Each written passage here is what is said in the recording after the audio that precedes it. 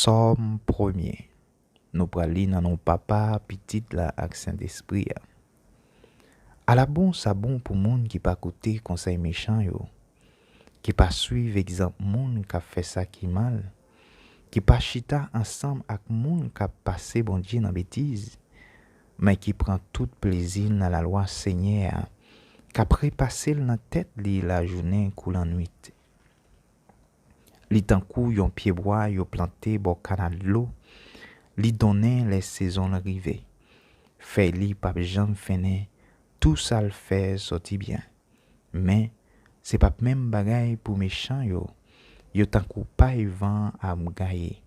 C'est peut-être ça, jugement, méchant yo pa ka lever tête yo devant bon Dieu. Moun qui fait mal yo, pa chita ensemble ak moun qui fait bien yo. Parce que Seigneur connaît Jean moun qui fait bien yo à vivre, mais Jean méchant yo à vivre là, yo gain pour finir mal. Parole bon Dieu qui gagne tout pouvoir.